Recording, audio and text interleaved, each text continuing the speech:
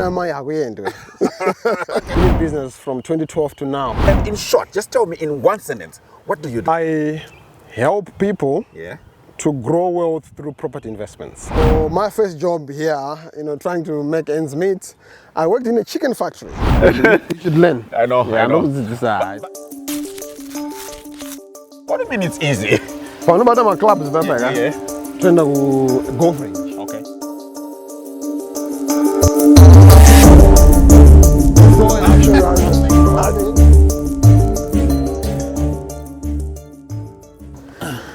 Excellent. The crunch time to hit the balls. Yeah. Okay. But before you start that, can you show me how the grip first? Yeah. So the grip. Yeah. I'm right-handed. Yeah. So my left hand will be on top. Okay, left hand on top, yeah. And then my right will be at the bottom. Yeah. And the index finger will lock into the small finger on my right like this. Okay. Making sure that my thumbs are actually in a straight line. Okay. Yeah. Yeah. Okay. Right. And then I stand on top of the ball. Just relax, relax your shoulders. How can you relax but you have your chest out? Okay, all right. And then just do, a few practice shots, making sure that your left hand doesn't bend. Okay. For control. So I'm trying to just practice a few shots, no rush. Golf is a very, it needs patience, no rush, no need to speed things up. Then walk onto the ball. Yeah. And then again, so we're trying to go over there. So here is a shot. Right. Here is a shot. It's a little bit over, but yeah, that's the shot. Okay. You got a ball, right? Yeah, I got a ball. Yeah, so just try this one. Try that. Okay, hold this one, please. So that's it for the grip. Okay, for the grip. The thumbs are in straight line.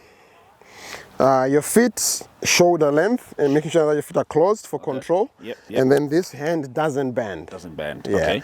And then always, as you hit the ball, you practice a few shots, practice your swing, get closer to the ball, and make sure that you're always looking at the ball. Okay. Always looking at the ball. Bending your knees a little bit down so that you can reach the ball. Okay. Okay. And then leaning forward towards the ball. Bend your knees and leaning forward to the ball. That's it, like that. That's it? Yeah. That's it. That's it. Yeah, look at that, in the hole. it almost went in. Let me just walk on. What a game, what a game. I know. Guess we love you so much. Today, at my host, we are admired out of business. I've got Washington Mazambani, a guy who is in property. He's been in business for almost 20 years. He worked in one of the major banks in Australia. And now he keeps on improving himself, but serving the community in a professional way. And you know what, Washington? It's good to have a chat because it's been a long time, brother. Ages ago. It's been a long time. It's amazing how time flies, man. I know. Amazing how time flies. And I met you way back in time. I think that was maybe 2012, is it? 11? Somewhere there, 2012. Yeah, 2012. Oh my God. That's when I just started my business. Oh, really? Yes. How long have you been doing business? So I started in 2012. All right, yeah. Prior to that, I was working for the Commonwealth Bank. I'm sure we're going to go a little bit later into that. Yeah, get to that, yeah. So I would say I've been in business from 2012 to now. How long is that? 17 years. That's nearly 20 years, man. Yeah. Running the shots in there. It's good challenge. That's good. Good challenge. That's good. Yeah, exactly. And in short, just tell me in one sentence, what do you do for a living? I help people Yeah. to grow wealth through property investments. Oh my God. And what's the name of your business? Your Wealth Mentor. Oh my God. And what about your previous business? My previous business was called the Wealth Edge Group. But Washington, there's always wealth in... What's happening in there? What are you thinking about, man? Talk to me about what are you thinking about? Look, probably to do with the W, my first name. So I never do things for myself. I do things for the people, for my clients, for the people that I help in the community. And wealth means, enrichment. It means generational handing over your attributes that you'd have built over the long term. Hence the word wealth, making sure that I'm actually having a positive impact to the people that I work with. Be very consistent in the hay. Very consistent. Absolutely, absolutely. And I'll tell you feedback in there, because you've been doing this for all this time. And I'll tell you from the community, right? And people really respect you to what you do, what you contribute in there, and how you help people, Thank you. Do you want to maybe, whilst we are talking about that right now, do you want to maybe share a testimony from one of your clients, not mentioning names actually, who have actually come back to you and give you, a positive feedback? Yeah. So not only a single, but quite a number of clients. I'm not going to mention by name due to privacy, but I guess one of the feedbacks that is quite most common is the way that I'm able, and we are able as a business, to clarify the financial matters or financial challenges that people will have.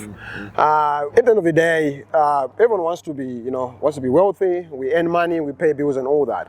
But for most people, it's just jargon, and sometimes it's very, very confusing. So just sitting down with them, sitting down and paving a way, bring that clarity. I've had very positive feedback about clients that we are helping through to navigate through that, making sure that we are putting structures in place and some strategies in place so that they can actually be financially well off. So clients love that in terms of clarity and the simplicity that we explain, finances. I went through your website and there is it's a Club 50, is that right? Club 50, yes. Club 50. Yes. And in the Club 50, I'll tell you, I'll speak to the audience. Audience, this guy is telling you guys that if you talk to him, within 10 years, you'll be in a position to have 8 properties in Australia.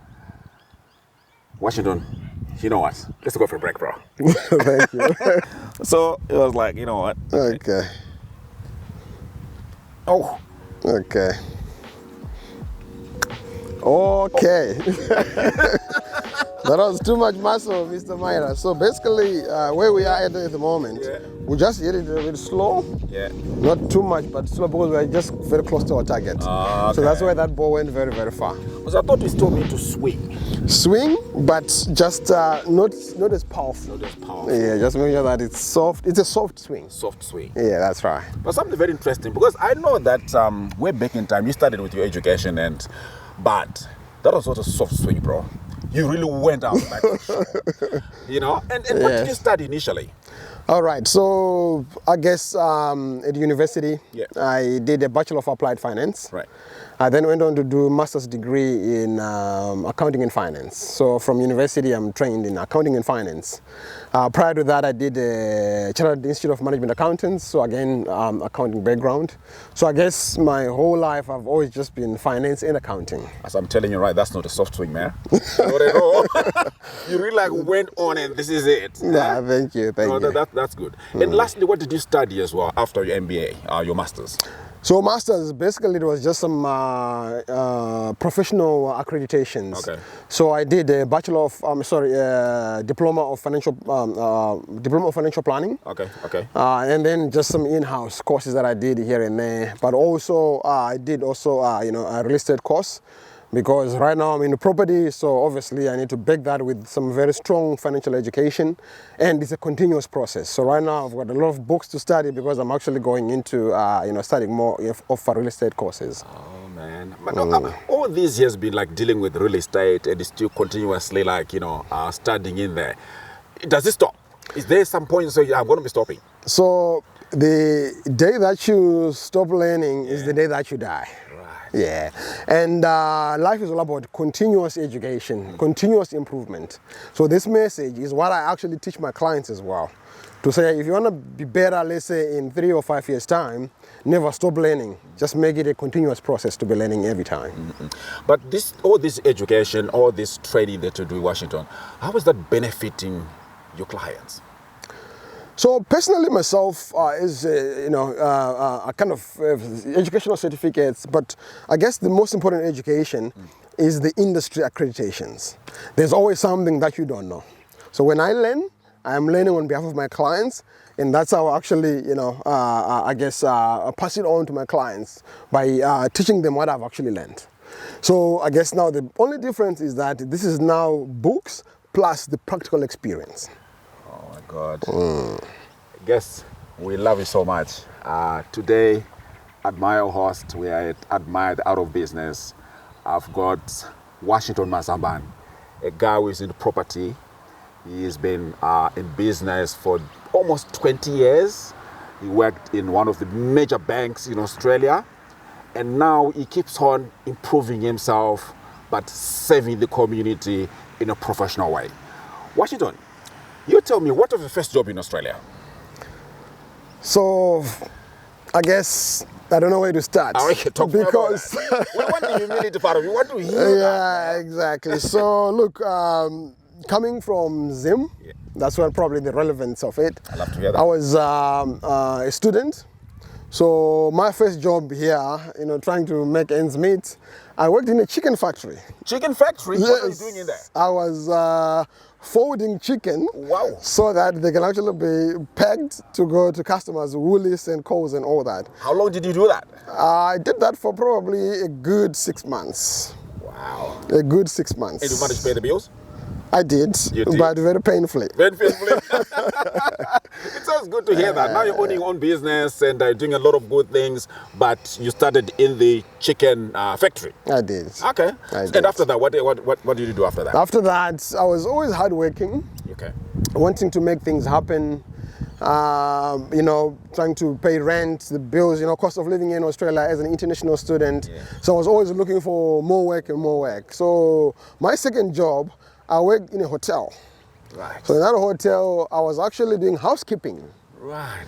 So in case you don't know what housekeeping is, when you walk out of a hotel, and when you walk in a hotel, that cleanliness, someone has to be in charge of that. So I was responsible for making sure that I make it clean and tidy. Yeah. So I did that for probably another good 6 months. 6 months. Yeah, and then from there I went on to talk to my manager in the hotel, who moved me to an area where we were doing functions, where we would host weddings, parties and all that. So that was a little bit better because I love that. I love parties in there, why not? Parties are, and half the time, you could be invited as a guest on that party, have a bit of a drink whilst you're working. Okay. So that was a bit of fun. A bit naughty, but okay, that's fine. Okay.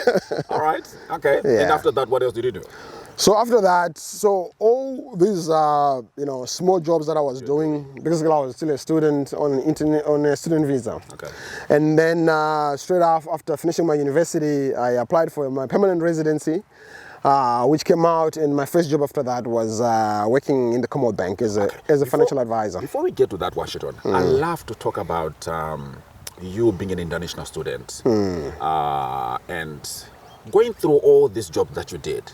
How did you feel about that during those moments in time? Can you talk to me about your feelings? So look, there's actually a very popular saying in Shona that says, "Kusina maya kuyendwe." Okay. I used to reflect that saying a lot because, in a new country, new everything, things were tough. Yeah, things were very, very tough. But at the end of the day, I think that toughness in life, it makes you stronger. It does. It makes you very stronger because you don't have anyone to actually fall back on to say, look, I don't have money for bread. Sometimes you can have 3 days consecutive of having, baked beans for dinner. But you got to make things work because you don't have any other choice. So yes, it's tough. It kind of painful episode. But I think the positive about that is that it just makes you stronger. It just makes you resilient, and you just keep on focusing on your goals. And more importantly, you never take anything for granted. No, you don't. But were you communicating all these things that you're going through as a person back home to your family? Yes, I was. They knew. They knew. So I have sisters in the UK. They would support. They would help as much as they can. But at home, back home as well in Zim, my parents back then, they were still here with us. So you would tell them what you're going through. But as I said, you're focusing on why you're here in this country, to do your studies and making sure that it happens. So you really don't have time to be crying a lot because you're going to make it happen. I know. Look at you now. You're going to make it happen. It's a success story. We'll love to hear that. Thanks, man. Thank you. And okay, so your first job after a graduate, and you graduated in 2004. 2004? Yeah. Okay, beautiful. That's when you did your bachelor's. So I did my bachelor's from 2000 to 2003. Yeah.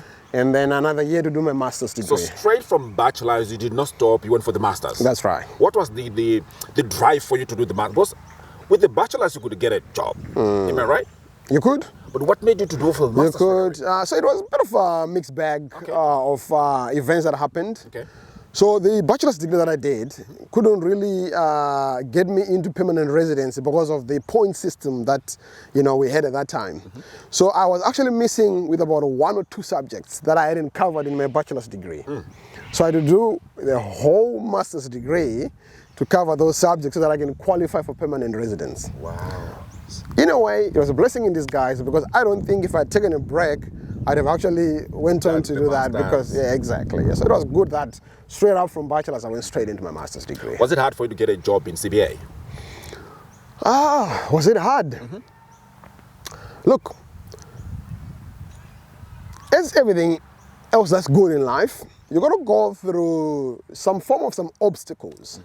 So I applied for a few roles with different companies. And ultimately, Commonwealth Bank with other bigger institutions, well, they responded to me. And you got to go through the interviews, you got to go through, the mathematics tests and English tests and all that. About 4 or 5 interviews for you to get that role. I got it. It happened. Thanks to God, the path was good, and from there onwards, I never looked back. Commonwealth Bank is one of the big 5 banks in Australia. How did you feel about that? You graduating, with a master's degree in there, then you're getting a job in one of the big banks in Australia. What was the feeling? How did you feel about that? Quite fulfilling. Yep. Quite fulfilling. At the end of the day, you appreciate what you have. I think from an early age, my skill or my focus has always been to whatever job that I am in, I want to learn as much as I can. The skills that will equip me to grow and do better things in life. So working for the Commonwealth Bank, I did that for 4 years, and at that time, I remember I used to write policies down. I would see exactly how they're doing it so that I'm actually now equipping myself. When I move on from here, then these are the skills that I would need. So it helped me a lot to kind of learn from one of the biggest institutions in Australia and probably in the world as well. I learned a lot, their training system, the way they do things, their compliance systems and all that. So it was quite a valuable experience that I went through. So for the 4 years working for CBA, were you on the same role or you went through different roles? Do you want to talk to me about that? So the first role really was a role where we used to provide or help corporate clients like companies with their day-to-day transactions. I did that in Bearwood, in what we call the institutional banking. Okay. So I did that for probably a good, I would say a year and a half. And then from there, I moved on to financial advice because I've always favored and liked the roles where I'm talking to clips. So that was really motivated me to be a financial advisor. Wow. Talking to people, learning great things. And you know what, Washi? You learned a lot of things in CBA. I'm here to learn from you about golf. How about we do that? Sure. Thanks for having it. Let's do it.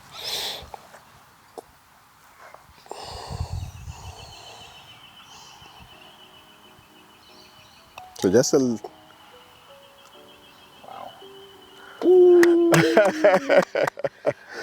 Wow. Now I know I'm learning from the best. Now I know I'm learning from the best. Excellent. And you know what, Washi? Before I even do my shot, because there's a couple of things, lessons that you've learned in golf. Yes. That you think are relevant in business. Yes. Is there any? Yes. There is? Yes, there is. Okay. Yeah, they are. Share that with us, please. There are a few. So there are quite some similarities between golf and business. I'll just name a few. The first one is, in golf, as you can see on this course, there's some obstacles. There's sand there, there's water, there are trees and all that. A lot of trees, actually. All those things are planted there deliberately so that you're not going to have an easy shot to there. Right? So the whole idea is to navigate through on how you can actually not hit the obstacle, make sure that you're actually going to the target without any of those hassles. Okay. So in business, it's probably the same. Some of those obstacles, they are there. They are there. Economic downturns, interest rates if they're rising, and all those other things. So as a business person, you just have to learn to navigate through those challenges as well. Very easy. Okay, that's the first one. Yeah, exactly. And then another one that I can think of is, look, at the end of the day, golf needs patience. Golf needs strategy. So from here, we've come all the way about 300 meters away. And we just have to know that, okay, now from this distance to over there, what iron am I using to go as far as I can? Okay. So before you hit it, you got to strategize. So again, as a business, you wake up every day, you probably can have a strategy for a year, 6 months, 30 days, whatever the case might be. Because if you don't plan that, then you're actually preparing yourself for disaster. Absolutely. Yeah. Wow, man, that's great, man. All right, I'll try a shot and see. Go for it. I'm learning golf. Sure. But with you, I'm also learning some business strategies. Good. All right. No, that this way. Okay, I got it. Oh.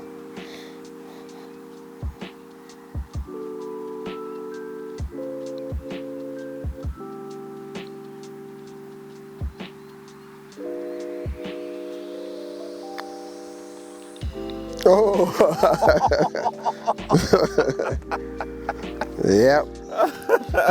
Play a shot till it goes in. Till it goes in. Yes. Okay.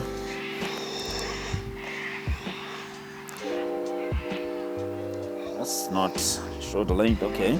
Let's get down.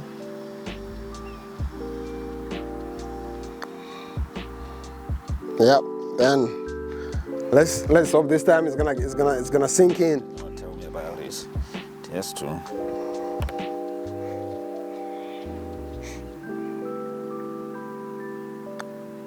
Well done. Bowser. Well done. That's good, man. Yeah. Mr. Washington. That's pretty good. And I'll take you back in time. Yes. Yeah? Yes. Where were you born?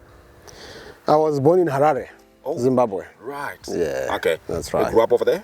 Yes, I did. I did all my growth there in Harare, never really moved. Finished primary school, did my high school. And then straight after high school, I made an attempt to go to the UK. I stayed there for a few months, probably about 6 months. And then I decided to, events made me go back to Zimbabwe. Okay. And then in Zim, I actually, once I was back, I got a job. I worked for Standard Chartered Bank. Oh, interesting. You always be like a banker, right? Yeah, always been a banker. Right, so I did that. Yeah. I did that, and then I left Standard Chartered to go to Stanbic Bank.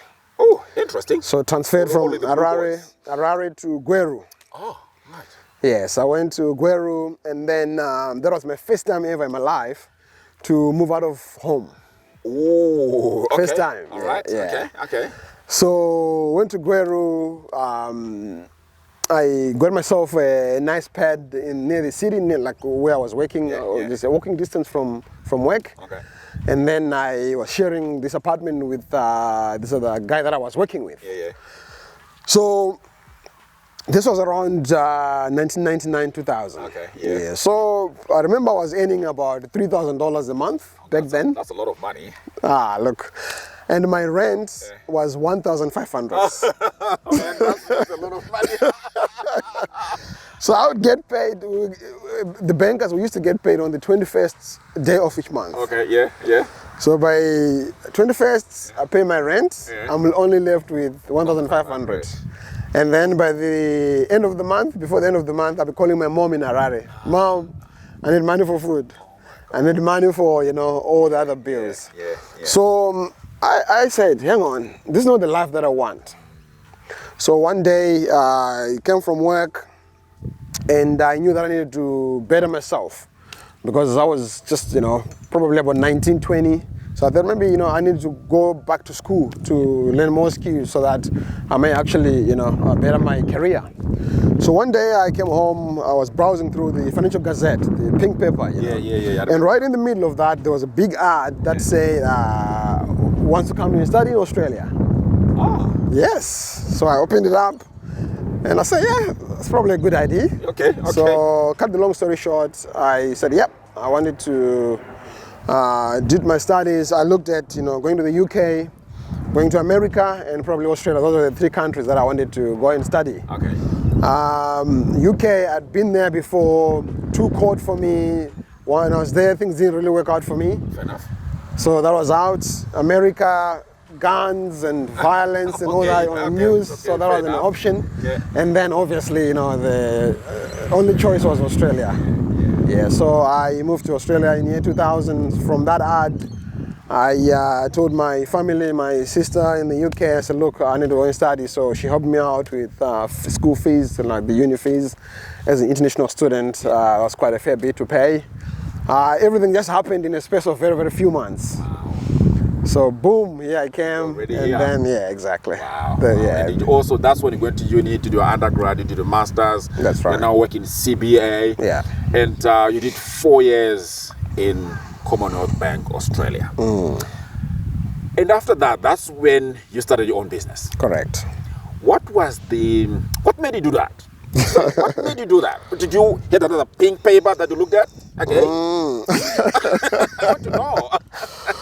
Look, it was a mixed bag. Okay. Yeah, to be honest with you, I probably give a lot of credit to my wife. Okay. Stabile Mazambani. Okay. So I remember my days at the bank.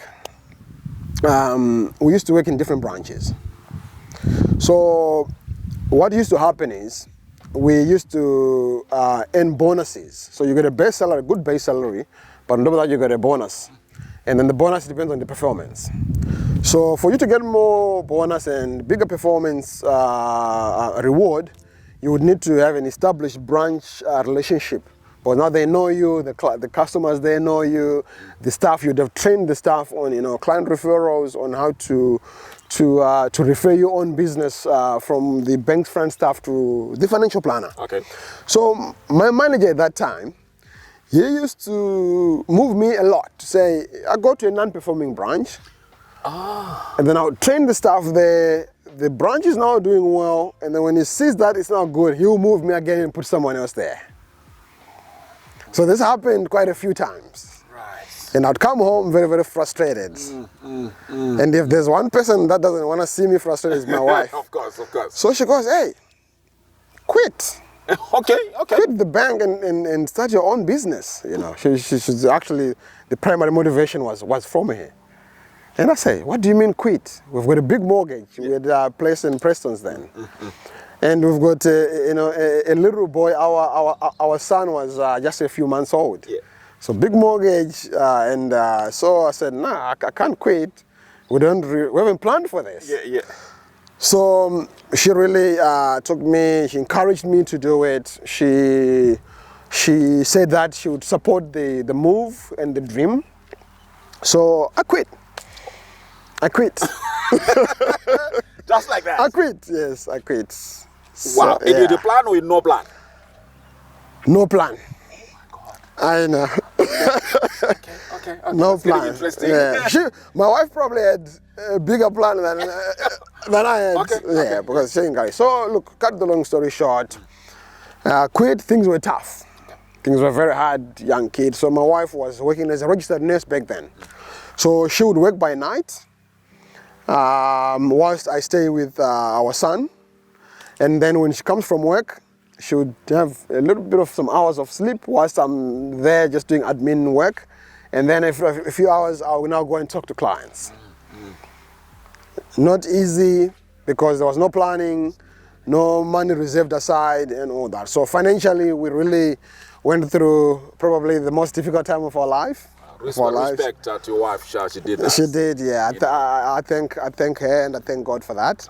Amazing. And I remember at times that we would wait for her income, for her nursing income, to hit the bank so that I can pay my office rent. Oh my God. Yes. Wow. And then the mortgage on top. We would wait for her income to hit the account whilst I'm waiting at Coles at midnight, so that we could actually buy baby diapers and baby food. So you'll be checking time, is the money in? So that's how things sort of went, yeah. So look, we worked very hard. we really put everything in that because we said failure is not an option. Yeah. What do you mean there? Failure is no option. Yeah. Failure was not an option. Yeah.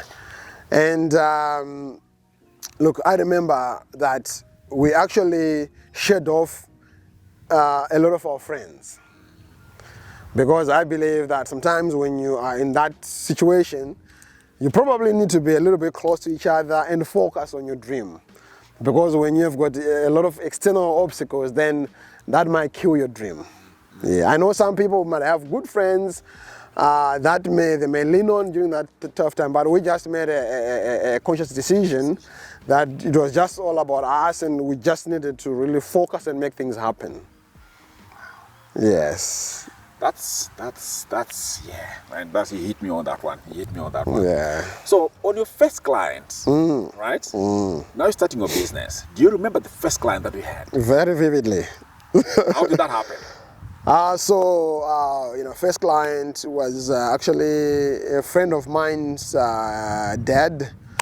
I've been friends with this guy for a while, so I said, oh, Dad, go and see Washington. He's now a financial advisor on his own, he needs support. So this guy really supported me, his family supported me. I remember very well my first income, I got paid. It happened that it coincided with Christmas.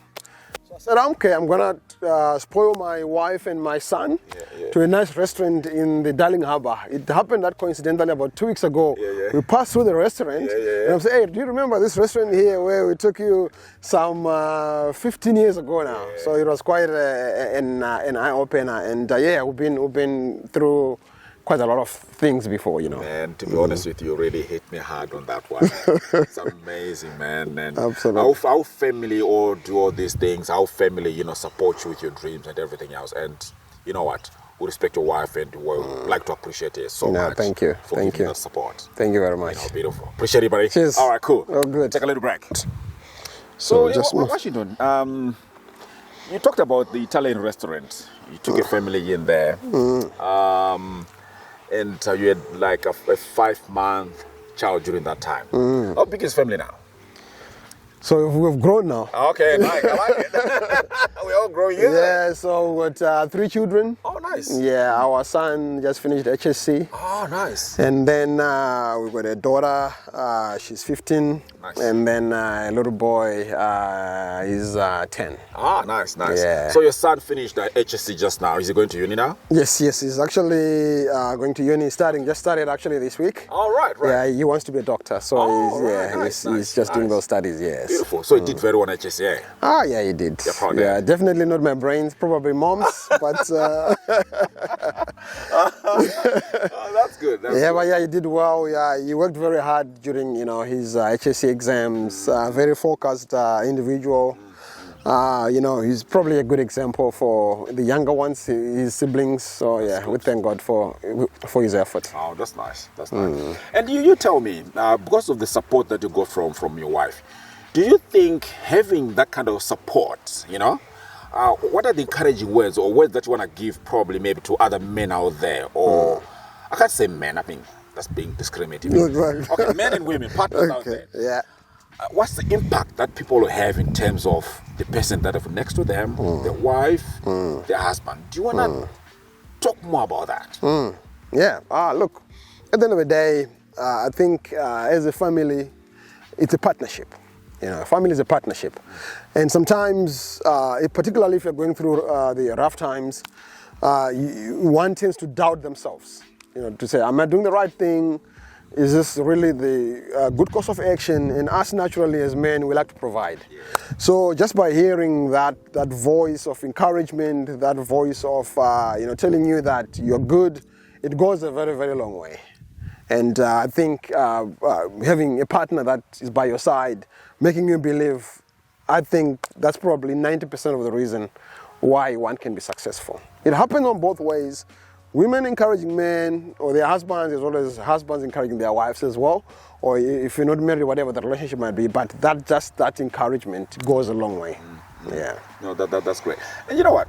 I know Offset spoke about your passion for the community, engagement, things like, I know you play golf. You've just showed me, and thank you very much for take me through the paces. Sure. But you do play other sport, isn't it? Yes, I do. What kind of sport do you play? I play soccer, football. Some people call it soccer, some people football. Yeah, I like to play football or soccer. I play for a local team in my neighborhood, and we're about to start a new season this year, which is great. Last year, we came second on the log, nice. and we actually lost in the semi-final to win the cup. Really?